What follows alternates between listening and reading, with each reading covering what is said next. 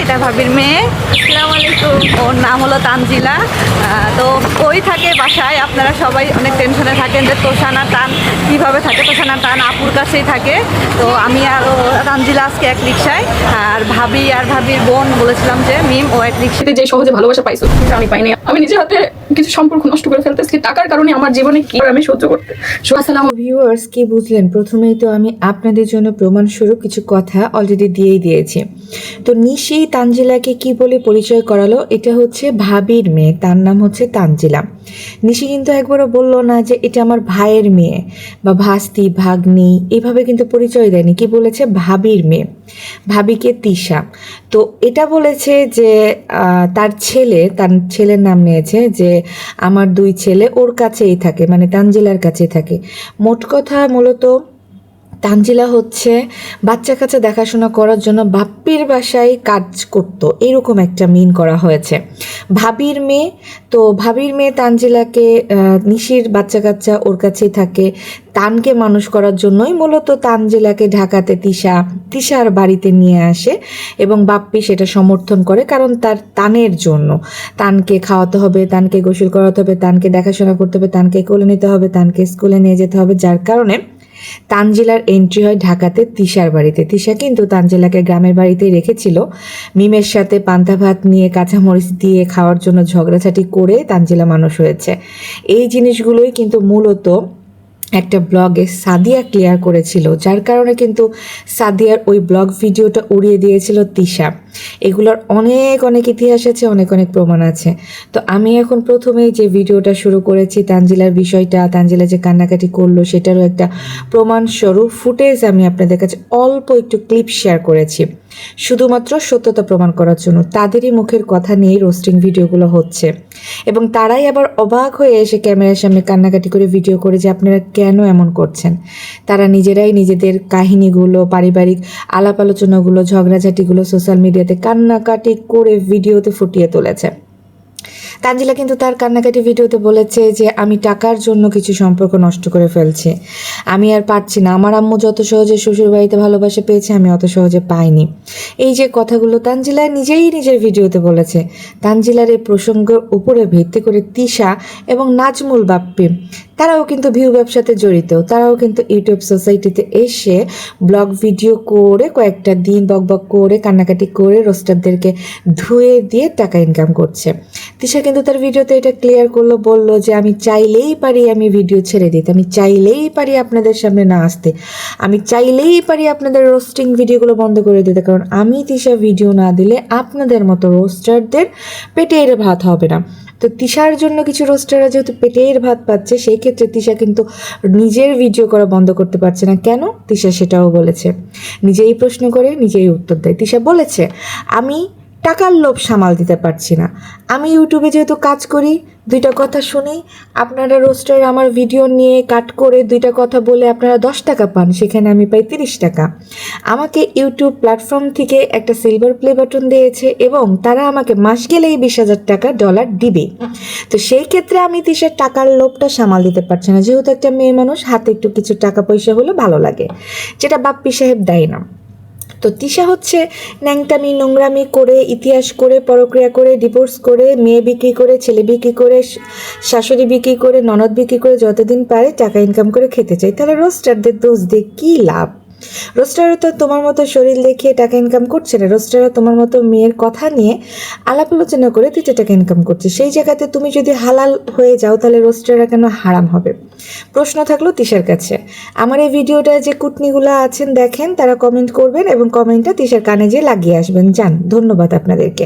আর যারা ভালো ভিউয়ার্স তারা অবশ্যই আপনাদের মূল্যবান মতামতগুলো আমাকে কমেন্ট করে জানাবেন যে আমি ঠিক বলেছি নাকি ভুল বলেছি। তিশা সবই জানে, সবই বুঝে, কিন্তু টাকার নেশা ছাড়তে পারছে না।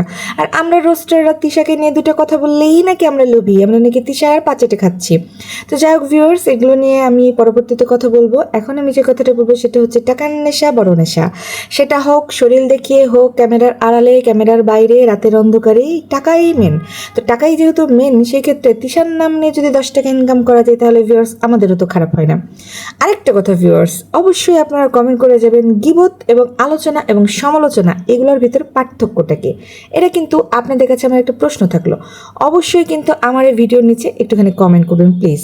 আমি দেখতে চাই আমার ভিডিও যারা দেখে তারা শিক্ষিত নাকি মূর্খ নাকি গন্ডে মূর্খ নাকি সাবিনা সাবিনা মিম টাইপের মেয়েরা কি আমার ভিডিও দেখে নাকি ভালো মানুষ দেখে। তো যাই হোক ভিউয়ার্স, আলোচনা, সমালোচনা, গীবত, এই তিনটার ভিতরে ডেফিনেশনটা অবশ্যই আপনারা কমেন্ট করবেন, আমি দেখতে চাই। কিছু কিছু মানুষ এসে বলছে যে অন্যের ভিডিও নিয়ে অন্যের জীবন নিয়ে কথা বলে কী লাভ। ভাই, অন্যের জীবন তোমরা ইউটিউবে এসে কেন দেখো? অন্যের জীবন নিয়ে কথা বলে যদি গীবত করা হয় তাহলে আলোচনা সমালোচনা জিনিসটা কি একটু বুঝিয়ে বলবেন। যাই হোক, আমি যতটুকু বুঝি যতটুকু জানি ততটুকুই আমি আপনাদের মাঝে ক্লিয়ার করবো, এবং সত্যতা প্রমাণস্বরূপ কিন্তু আমি প্রথমেই ভিডিওতে একটা ক্লিপ দিয়েই দিই, কারণ আমি অযথা সময় নষ্ট করে বকবক করে আপনাদের মাথা খাবো না, আপনাদের সময় নষ্ট করবো না। যতটুকু সত্য প্রমাণস্বরূপ আমি আমার ভিডিওতে আলোচনা করব। তিশা যে কথাগুলো বলে তার উপর ডিপেন্ড করেই আমার ভিডিওগুলো থাকে, কারণ আমি আসলে স্পষ্টবাদী। আমি ওই মিথ্যাচার, গীবত, পরনিন্দা, পরচর্চা পছন্দ করি না। শুধুমাত্র সত্য উন্মোচন করাই আমার মূল লক্ষ্য। তিশা রোস্টারদের সাথে যে ব্যবহারটা, যে আদব কায়দার যেভাবে কথাবার্তা বলে, এই জিনিসটা আমার কাছে মোটেও গ্রহণযোগ্য মনে হয় না। অনেককে কপিরাইট দিয়েছে, স্ট্রাইক দিয়েছে, সেই ভিডিও ফুটেজগুলো তিশা পাবলিক করছে, মানে তিশা একটুখানি ভয় দেখাচ্ছে। ভিউয়ার্স, আপনারা ভয় পেয়েন না। সৎপথে থাকলে, সৎপথে ইনকাম করলে আপনাকে কেউ কিছু করতে পারবে না। সেক্ষেত্রে তিশা তো মানুষই মাত্র। তো যাই হোক ভিউয়ার্স, তানজিলার জীবনটা খুব অগোছানো হয়ে গিয়েছে। তানজিলা ইদানিং দিনে 2টা করে ব্লগ ভিডিও করছে, শাশুড়ির সাথে রান্নাবান্না করছে, অনেক অনেক কাজ করছে, যেগুলো আমরা ভিডিওতে দেখতেই পাচ্ছি। যাক, সফলতা আসুক। সৎপথে থাকলে, সৎ কথা বললে, সত্য কথা বললে, তারপরে কাজ করলে কাজের ফলাফল অবশ্যই পাবে। তো ভুল হচ্ছে ভুল আর ঠিক হচ্ছে ঠিক। আমি ঠিককে ভুল বলে সমর্থন করব না, ভুলকে ঠিক বলে সমর্থন করব না। আমার কথা হলো যেটা সত্য, যেটা সহজ সেটাই বলবো। তানজিলা যে কাজগুলো খারাপ করেছে সেগুলো নিয়ে এর আগের ভিডিওতে আমি কথা বলেছি। আজকের ভিডিওতে দেখলাম 2টা ব্লগ ভিডিও ছেড়েছে এবং সে খুব শাশুড়ির সেবা যত্ন করছে, শাশুড়ির হাতে হাতে রান্নাবান্না করছে, যেগুলো ভিউয়ার্স আগে কখনোই কোনো ব্লগে দেখা যায়নি। আগে দেখতাম তানজিলা সকালবেলা ঘুম থেকে উঠেই শাশুড়িকে দিয়ে চুল আঁচড়ে নিচ্ছে, চুলে তেল দিয়ে নিচ্ছে, গোসল করে শাশুড়িকে দিয়ে চুলের খোপা মুছে নিচ্ছে, চুল শুকায় নিচ্ছে, এগুলাই দেখতাম। আর বেড়াই সময় পেত না। হাজব্যান্ডের সাথে কখন মোটরসাইকেলে পরে ঘুরতে যাবে, রেস্টুরেন্টে একটুখানি খাবে, এগুলাই ভিডিও থাকতো। কিন্তু এখন বেচারা বিধ্বস্ত অবস্থায় ক্যামেরার সামনে সারাটা দিন কাজ করছে। একবার তেল বানাতে যাচ্ছে, একবার ফেস প্যাক বানাতে যাচ্ছে, একবার ননদের চুল টেনে নিয়ে এসে ভিডিও করে করে করে করে করে দেখাচ্ছে। দেখেন, আসলে শোনেন ভিউয়ার্স, এই যে চুলালা মেয়েগুলো আছে না, একটা জিনিস একটু খেয়াল করবেন, যেই মেয়েটা ফর্সা আল্লাহ প্রদত্ত, সে কি করে স্কিন কেয়ারের ব্যবসা শুরু করে দেয়। হ্যাঁ, দেখবেন এগুলো আছে অনলাইনে এখন অ্যাভেলেবল। আল্লাহ প্রদত্তই চেহারা দিয়েছে, চামড়াটা সাদাই দিয়েছে, কিন্তু সে কিন্তু কি করে, ক্রিম বেচতে শুরু করে। এই যে তার বিজনেস, এই ক্রিম বেচতে যে সে নিজেকে মনে করে আমি এটা মেখে হয়েছি, কিন্তু আল্লাহ যে তোরে সাদাই বানাইছে এটা স্বীকার করে না। চুলালি মেয়েগুলা যে তানজিলার মাথায় তো চুল ছিল না। তানজিলাকে ছোট্টবেলা থেকে দেখছি, তানজিলার মাথার চুলগুলো ছিল কোকড়া কোকড়া কোকড়া কোকড়া।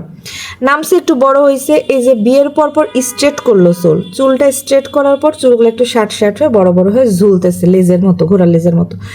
এত তেল বানাইতেছে তো কিছুদিন, এই তেল বানাইতে বানাইতে গিয়ে এর মাথা থেকে চুল গ্রোথ হয়ে গেল, একদম এত বড় বড় চুল হয়ে গেল। আর মাহি, মানে তানজিলার যে ননদ, তার চুলগুলো আমি আগেই দেখছি।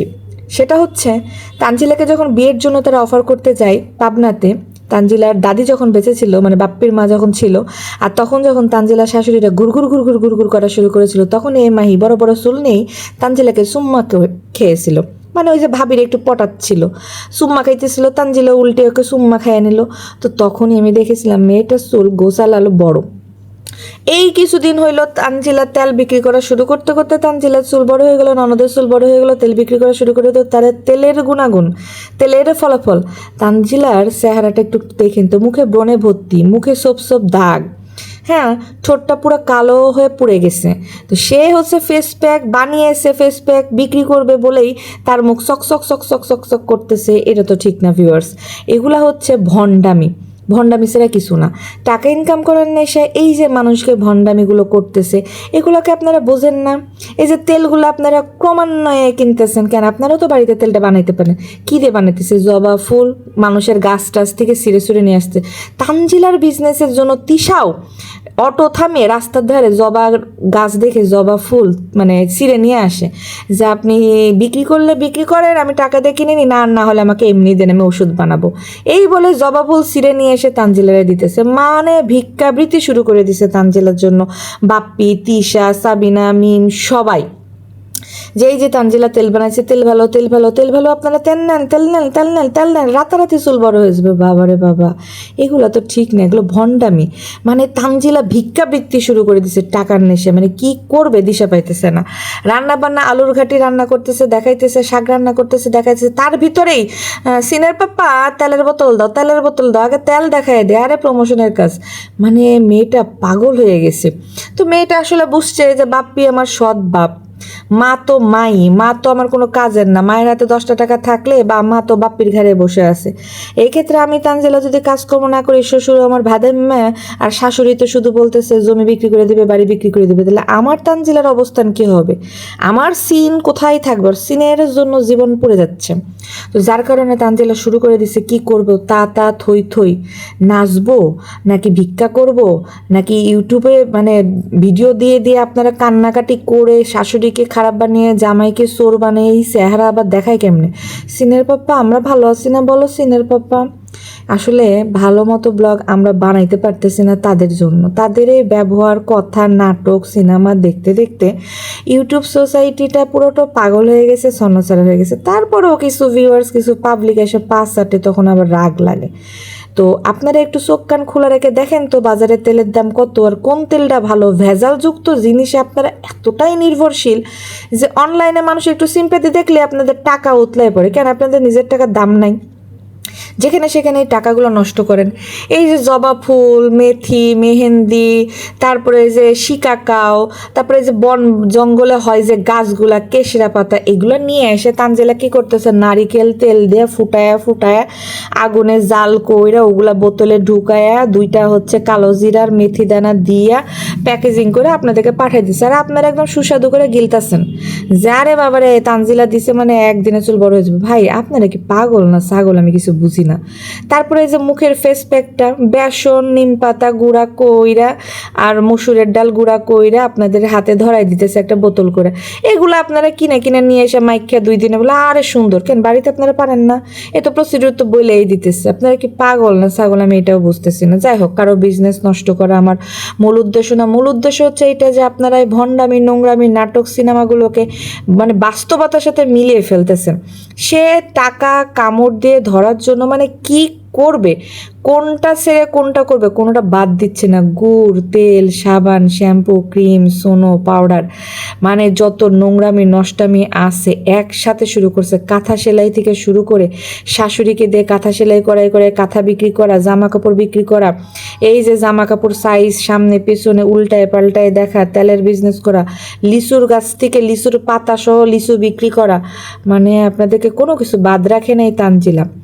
এই যে বিজনেস করার যে একটা ট্রেডেন্সি এবং যে ভণ্ডামি এবং টাকা ইনকাম করার যে নেশা তানজিলার, যার কারণে এই ছোট বয়সেই অল্প বয়সে ঝরে পড়বে একদিন, দেখবেন বেশি উঠতে পারবে না। আপনার যত যাই বলেন, চেষ্টা যতই করুক না কেন ব্যর্থ।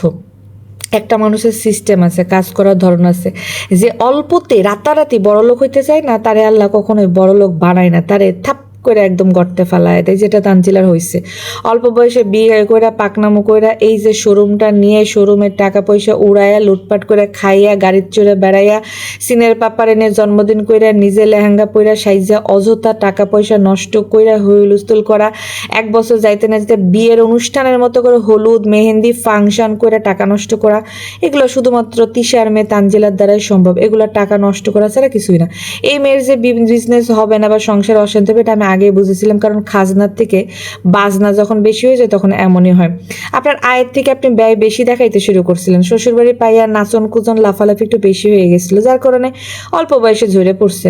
ব্যাপার না। আবার এই যে তেল সাবান শ্যাম্পু বিক্রি করতেছে, আর আপনারা তো কিছু পাগল ছাগল ভিউয়ার্স আসেনি যারা সমর্থন করেন, আপু আপু করে পাঁচ চাটেন, তানজিলা তানজিলা মা বলে জ্ঞান দেন। শোনেন, জ্ঞান ওই জায়গাতে দিবেন যাদের জ্ঞান দরকার, এদের তো জ্ঞান দরকার না, এরা অতিরিক্ত জ্ঞান পাক না এবং ড্যাশ পাক না মেয়ে।